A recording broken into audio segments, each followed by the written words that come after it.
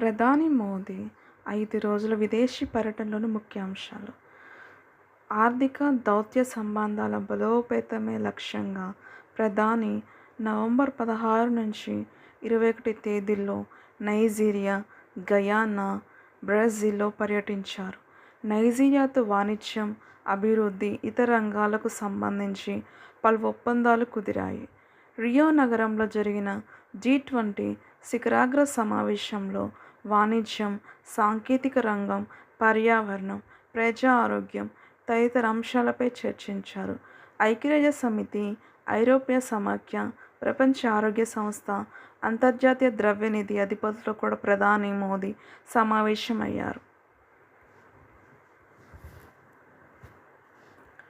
గయానాతో పాటు ఇతర కరేబియన్ దేశాలతో భారత్కు చారిత్రక, సాంస్కృతిక, వాణిజ్య సంబంధాల బలోపేతం చేసేందుకు కీలక ఒప్పందాలు కుదిరాయి.